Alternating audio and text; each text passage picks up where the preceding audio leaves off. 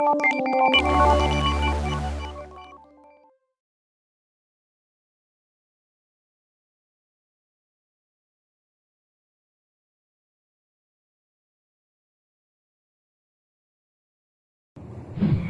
Sang Hyadi Budaya, Namo Buddhaya.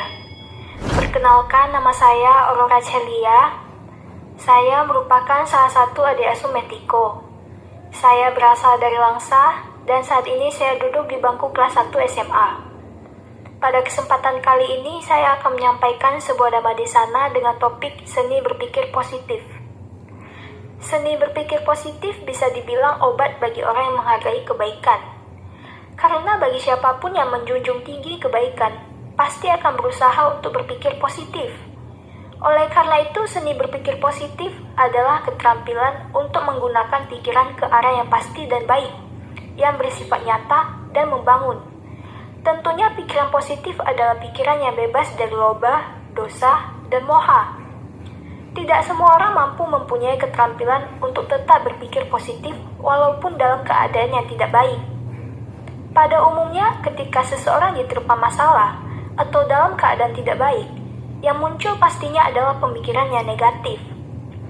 Oleh karena itu, jika kita mampu melatih seni berpikir positif, maka kita akan menjadi orang yang terpelajar. Mengapa disebut sebagai orang terpelajar? Karena orang terpelajar dalam situasi apapun, ia akan selalu adil dalam pemikirannya. Pikirannya akan tetap tenang, sehingga ia bisa mengambil keputusan secara bijak dan tidak salah langkah. Pikiran adalah pelopor, pemimpin, dan juga pembentuk. Orang terpelajar hendaknya tidak mengembangkan pikiran negatif. Seni berpikir negatif akan menghancurkan pikiran-pikiran yang baik. Dhammapada Yamakawaga, syair pertama menyebutkan, pikiran adalah pelopor dari segala sesuatu. Pikiran adalah pemimpin. Pikiran adalah pembentuk. Bila seseorang berbicara atau berbuat dengan pikiran jahat, maka penderitaan akan mengikutinya, bagaikan roda pedati mengikuti langkah kaki lembu yang menariknya. Inilah alasan mengapa sebagai manusia, kita hendaknya tidak mengembangkan pikiran negatif, karena bisa mengakibatkan penderitaan. Selain itu, manusia pada umumnya juga tidak menyukai penderitaan. Begitupun dengan semua makhluk. Sama halnya, tidak ada yang menyukai penderitaan. Seni berpikir positif sama halnya dengan memiliki pikiran yang benar atau kehendak benar. Dalam bahasa Pali kita sebut sebagai sama sankapa.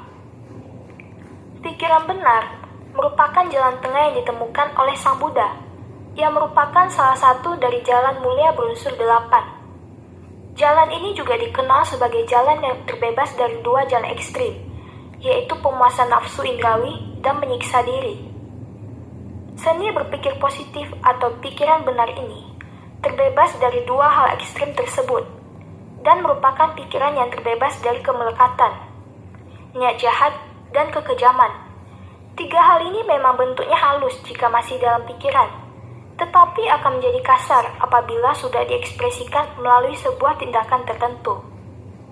Sang Buddha menyebutkan, apakah para biku kehendak benar? Kehendak untuk melepaskan keduniawian, kehendak untuk tidak memusuhi, kehendak untuk tidak mencelakai. Ini disebut kehendak benar. Jadi ada 3 ciri bagaimana kita mengupayakan untuk bisa mengembangkan seni berpikir positif atau pikiran benar. Yang pertama yaitu pikiran tanpa kemelekatan atau keserakahan. Sumber dari penderitaan adalah kemelekatan. Pernyataan ini sering kita jumpai di berbagai khotbah yang disampaikan oleh Sang Buddha. Nasihat ini diberikan tidak terlepas dari kasih sayang beliau kepada semua makhluk tanpa batas. Kemelekatan adalah racun bagi setiap manusia yang belum terbebaskan. Karena kemelekatan, maka timbul penderitaan, kesedihan, dan akan menyusul rentetan-rentetan penderitaan dan kesedihan yang lainnya. Hal ini dikarenakan seseorang melekat dengan pandangan salah, menganggap benda hidup dan benda mati kekal, tidak dicengkram oleh hukum perubahan. Sehingga ketika seseorang terlalu melekat dengan benda itu, dan suatu hari ketika benda yang dia lekati mulai berubah, maka yang timbul saat itu adalah penderitaan dan kesedihan. Belajar dan berusaha mempunyai pikiran tanpa kemelekatan merupakan cara untuk mengikis kemelekatan. Berlatih melepas dengan mengembangkan dana. Melatih melepas kesenangan indrawi dengan mengembangkan latihan disiplin moralitas, serta latihan-latihan positif yang berkaitan dengan melepas kemelekatan. Dengan belajar melepas, maka kita pun pada akhirnya tidak akan terlalu melekat terhadap sesuatu. Walaupun masih berinteraksi dalam kegiatan-kegiatan sosial, tetapi kita tidak akan terkontaminasi dengan pandangan yang salah, yaitu menganggap yang tidak kekal sebagai kekal dan yang tidak indah sebagai indah. Lalu lanjut yang kedua adalah pikiran tanpa niat jahat atau kebencian. Niat jahat walaupun hanya sebatas pikiran, tetapi itu juga merupakan bagian dari perbuatan buruk, atau dalam bahasa palinya kita sebut sebagai akusala kama. Karena perbuatan ini termasuk dalam tindakan berpikir tidak baik, atau seni berpikir negatif. Perlu diketahui, sesuatu dikatakan kama apabila didasari dengan cetana atau niat dan kehendak. Oleh karena itu, niat jahat harus ditinggalkan. Apabila tidak ditinggalkan, maka akan memicu munculnya kondisi-kondisi pikiran tidak baik yang lainnya.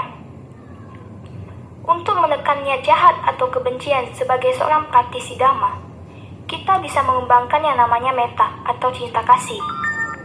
Cinta kasih hendaknya kita kondisikan untuk sering dilatih.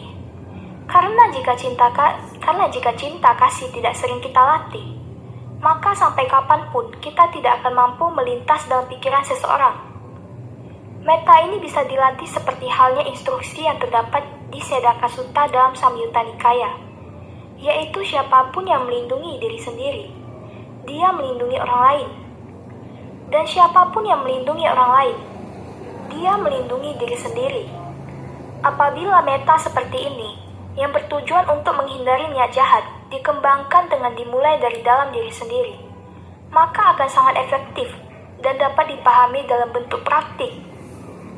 Selanjutnya yang terakhir adalah pikiran tanpa kekejaman atau kekerasan. Sifat kejam menunjukkan ketidakmampuan seseorang untuk mengembangkan sifat belas kasih. Walaupun itu hanya sedikit saja. Orang yang mempunyai pikiran kejam dan keras akan menindas dan mempersulit orang lain. Hal ini terjadi dikarenakan sifatnya yang cenderung menyakiti dan melukai. Walaupun kekejaman dan kekerasan hanya dalam pikiran saja, tetapi tentu saja hal ini sangat berbahaya.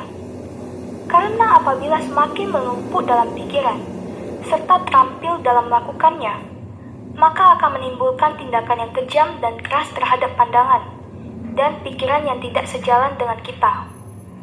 Oleh karena itu, hal ini harus dihindari, bahkan jika bisa harus ditinggalkan. Karuna atau belas kasih adalah salah satu sifat batin yang mampu merontokkan kekejaman dan kekerasan. Mental belas kasih mempunyai fungsi untuk mengusir kekejaman dan kekerasan. Hal ini dikarenakan dalam mental belas kasih, ada mental yang terbebas dari kekejaman dan kekerasan. Dengan belas kasih, maka akan muncul karakter positif, yaitu selalu membantu seseorang yang sedang tertimpa masalah atau yang sedang mengalami kesulitan dalam kehidupannya sebagai manusia. Seni berpikir positif hendaknya dilatih dan diusahakan, karena orang akan menjadi terampil apabila memulainya sedikit demi sedikit. Diibaratkan seperti anak-anak yang akan bisa membaca dengan lancar apabila ia mau berlatih kata demi kata. Begitu pula orang akan terampil menerapkan seni berpikir positif apabila ia mau melatihnya sedikit demi sedikit. Seni berpikir positif adalah solusi kedamaian bagi setiap manusia. Karena jika setiap manusia mempunyai pikiran benar, maka akan dapat membahagiakan dirinya sendiri dan juga makhluk lain.